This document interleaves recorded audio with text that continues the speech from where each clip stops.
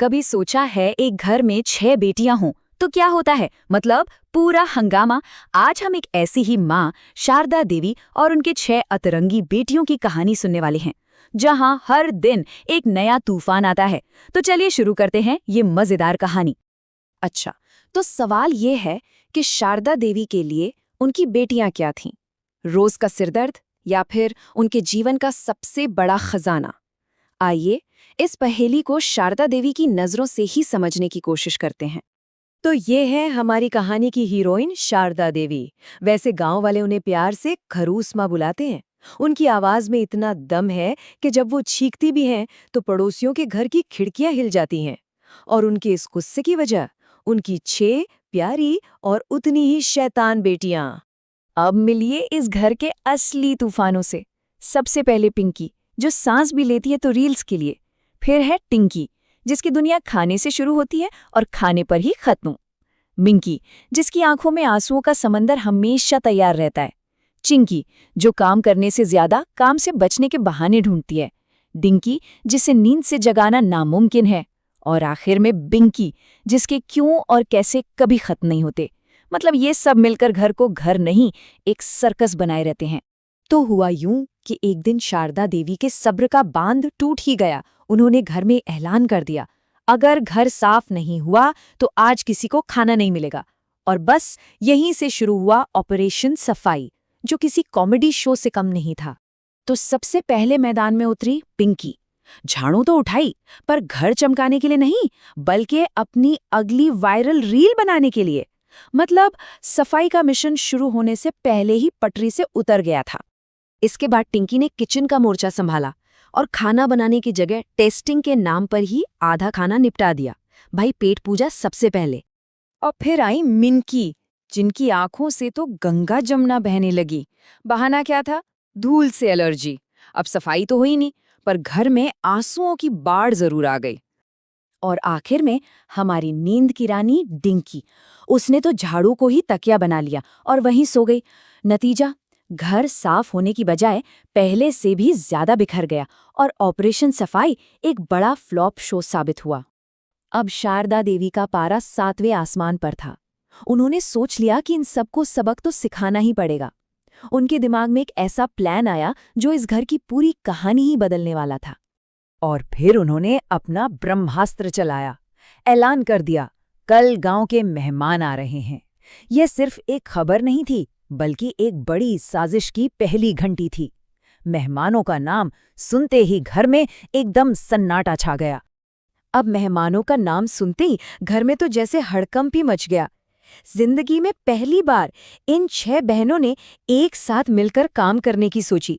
पर क्या ये सच में मुमकिन था? चलिए देखते हैं। लेकिन आदतें इतनी आसानी से कहाँ बदलती हैं, है ना? पिंकी ने घर सजाने की जगह फोटोशूट का सेट तैयार कर लिया। टिंकी ने खाना बनाने से ज्यादा खाने पर ध्यान दिया। चिंकी ने काम से बचने के लिए नए नए नियम बना डाले। और डिंकी ने सोते सोते ही प्लेटें गिरा दी। और हमारी बिंकी, वो तो बस यही सोचती रही कि आखिर ये मेहमान आते ही क्यों हैं। और ठीक इसी हंगामे के बीच दरवाजे पर किसी ने दस्तक दी।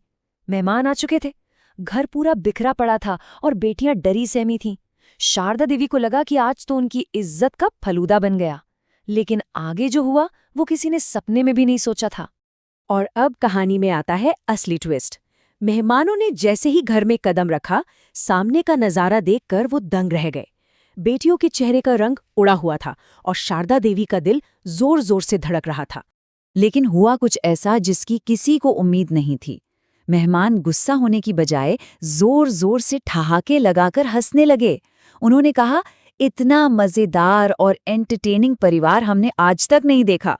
मेहमानों की वो हंसी शारदा देवी के लिए किसी जादू से कम नहीं थी। जिस चीज को वो अपनी सबसे बड़ी नाकामी समझती थीं, वही आज उनकी सबसे बड़ी खूबी बन गई थी।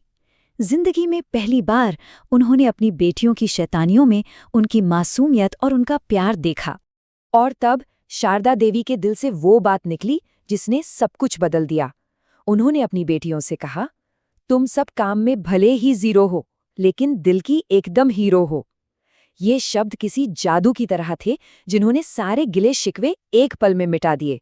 और यही था वो पल, कहानी का सबसे खूबसूरत पल, जिस माँ की डांट से पूरा मोहल्ला कांपता था, आज उसकी आंखों में आंसू थे, पर खुशी के।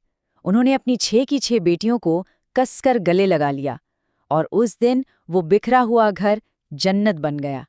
तो क्या सीखने को मिलता है इस कहानी से? शायद यही कि हर घर को परफेक्ट होने की जरूरत नहीं होती। कुछ घर शांत होते हैं और कुछ शारदा देवी के घर की तरह एक पूरा का पूरा एंटरटेनमेंट पैकेज। और शायद यही सबसे बड़ी खुशी है। हर शादीशुदा जोड़े की कहानी में ना प्यार, नोक-झोंक और थोड़ी बहुत गलतफहमियां तो होती ही हैं।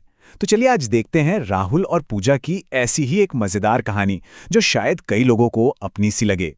तो ये है राहुल और पूजा, एक ऐसा जोड़ा जिनके दिन की शुरुआत भी प्यार से होती है और खत्म भी।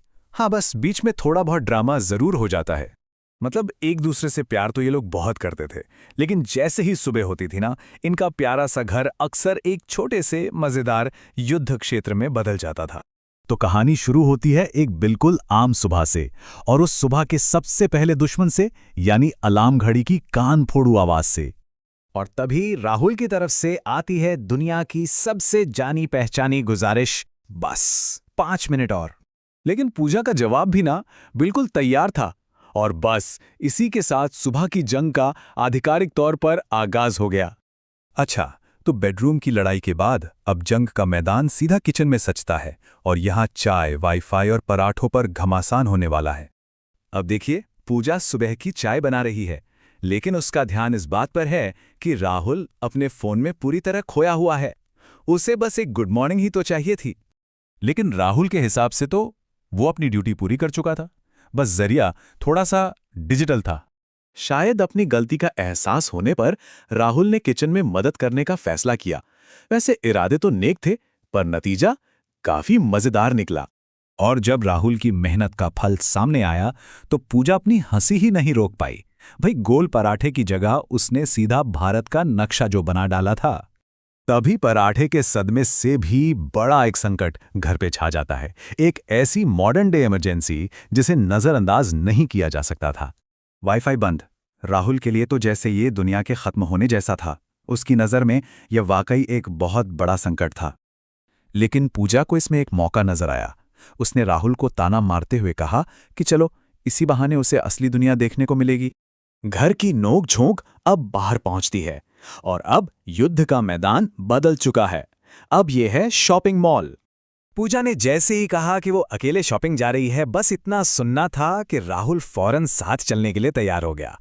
अभी अकेलेपन का डर था या पूजा के क्रेडिट कार्ड का, ये तो वही जाने। और मॉल का नज़ारा कुछ ऐसा था। एक तरफ पूजा अपनी 20वीं ड्रेस ट्राई कर रही थी, और दूसरी तरफ राहुल एक कुर्सी पर बैठकर जीवन के मायने सोच रहा था। आखिरकार जब पूजा ने उसकी राय मांगी तो राहुल ने बचने का सबसे पुराना और सबसे सुरक्षित रास्ता चुना। दिन भर की ये छोटी छोटी बातें शाम को एक असली गलतफहमी का रूप ले लेती हैं, लेकिन कहानी एक प्यारे से ट्विस्ट के साथ खत्म होती है। डिनर टेबल पर सन्नाटा था। दिन भर की खींच अब दोनों के बीच एक खामोश दीवार बनकर खड़ी थी। उस रात जब सब सो गए, राहुल चुपके से किचन की तरफ गया। उसके दिमाग में कुछ तो चल रहा था। अगली सुबह जब पूजा उठी तो उसके लिए एक सरप्राइज इंतजार कर रहा था, एक कप गर्मा गर्म चाय जो राहुल ने बनाई थी। तो राहुल ने सुबह की उस पहली बहस को याद किया, और इस बार अपनी गलती को ना एक बड़े ही प्यारे से अंदाज में सुधार लिया। और यही इस कहानी की सीख है। शायद हर रिश्ते में छोटी मोटी बहसें तो होती रहती हैं, लेकिन प्यार हमेशा उससे कहीं ज्यादा होता है। तो ये सोचने वाली बात है कि हर रिश्ते की ना अपनी एक ऐसी ही अनोखी और मजेदार कहानी होती है। आखिर वो कहानी है क्या?